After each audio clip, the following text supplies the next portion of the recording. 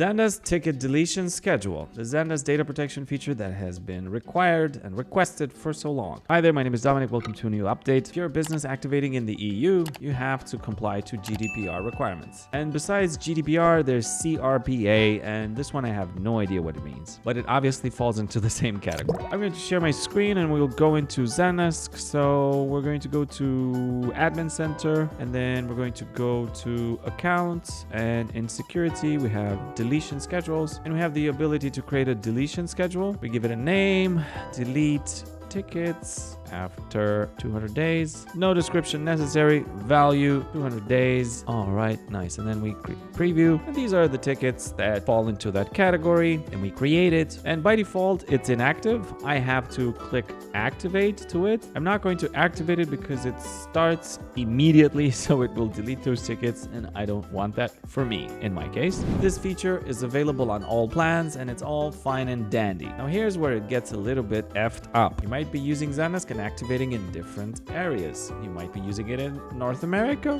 which falls under maybe CRPA, and then you use it in Europe and you fall under GDPR. So you have different types of data regulations, and you might need to delete tickets differently, not all at the same time. In North America, you might need to delete them after 100 days. In Europe, you might need to delete it after 50 days. You cannot create two schedules within the basic plan. You have to get an add-on. I'm going to go to this article, buying the Advanced Data Protection Plan add-on, which is available for Enterprise and Enterprise Plus. And if I scroll all the way to the bottom, it tells me how I can buy it, all fine and dandy. And then I wanted to show you that it has -4, meaning that 4 people didn't like this. There's probably a lot that did, but many that didn't, or more that didn't. And then there's this guy's comment. So it should come with an existing Suite subscription of some level. What's the point of selling something called Suite if so many add-ons continue to be developed? It makes moving off the old a la carte legacy model seem pointless, which it does.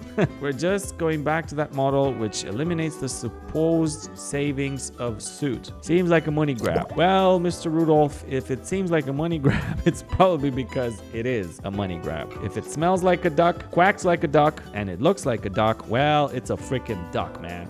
So there you have it. This has been the quick update. Just wanted to give you some quick update on this feature, which is still very valuable. Let's just give the Caesar what belongs to the Caesar, and let's just stab the Caesar where we think the Caesar should be stabbed, which is moving away from the Suite plan, which is kind of weird. But anyway, I digress. I'll see you in the next one. Thanks for watching. Bye.